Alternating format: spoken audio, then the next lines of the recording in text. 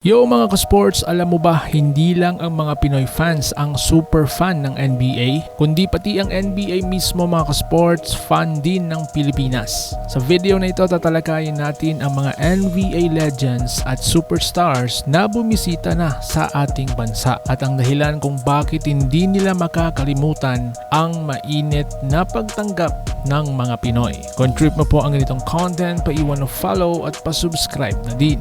Tara, simulan na natin. Number 10 sa ating listahan, Kobe Bryant. Unahin na natin ang Black Mamba na si Kobe Bryant. Mula 2007 hanggang 2016, ilang beses siyang bumisita sa Pilipinas bilang bahagi ng night tour. Libo-libong fans ang dumagsa kahit maulan para lang masulyapan siya. Sa kanyang huling pagbisita, sinabi niyang, "I love it here. The energy is amazing." I can leave anything with you guys, in my retirement, is to understand that dreams do come true. They do come true.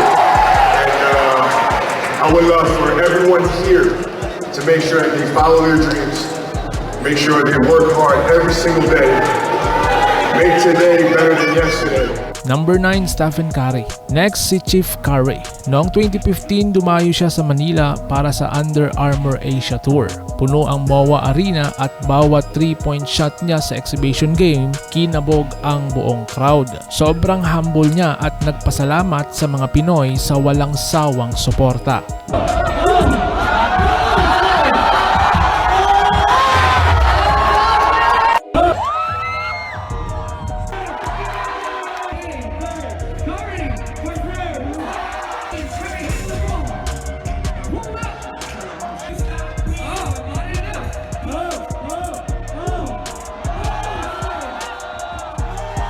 Number 8, LeBron James.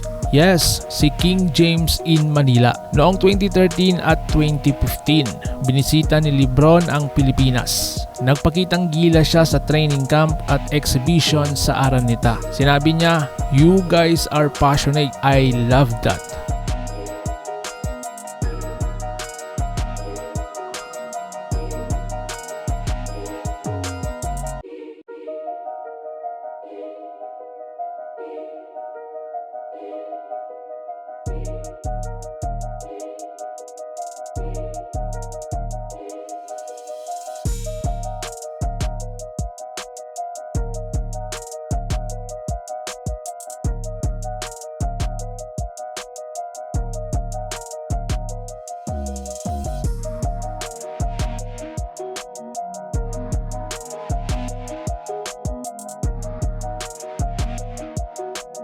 Number 7, Kevin Durant. Noong 2018, dumating sa bansa si KD para sa Nike Rise event. Nakipaglaro siya sa mga Pinoy youth players at nagbahagi ng kanyang kwento. Gulat siya sa lakas ng pagmamahal ng Pilipinas sa basketball. It's been a fun approaching life, through experiences of traveling with Nike over my career. I've just been so many cool places. I'm just grateful, man. I'm thankful that I got an opportunity to do so much with the game of basketball and be able to change my life forever. Number 6, James Harden. The Bird himself. Si James Harden ay dumayo rin sa Pilipinas noong 2019. Sa kanyang Adidas Tour, pinakita niya ang kanyang signature step back at binigyan ng chance ang ilang lucky fans na makalaro siya.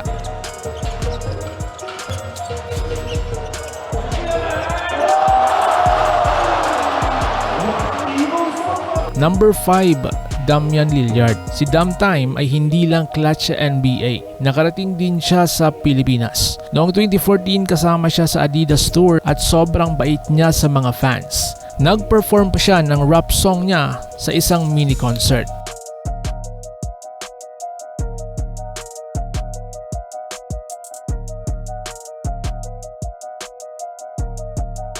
Number 4, Kyrie Irving. Yes, si Uncle Drew sa Pinas. Yes, oo. Noong 2017 dumating si Kyrie Irving at pinahanga ang fans sa kanyang fancy dribbles at handles. Tinawag niyang special ang Pilipinas dahil raw sa unique basketball culture natin.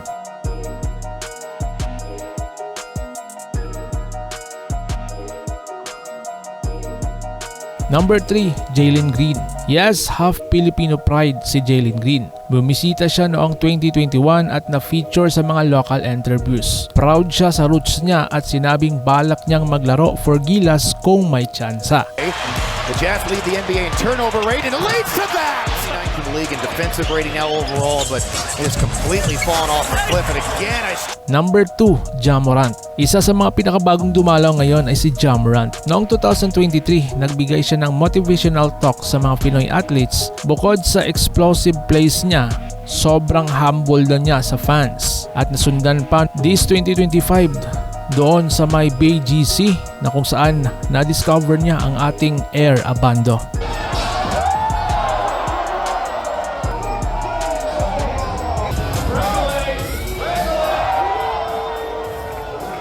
At pinakauna sa ating listahan si Dwayne Wade at Chris Paul.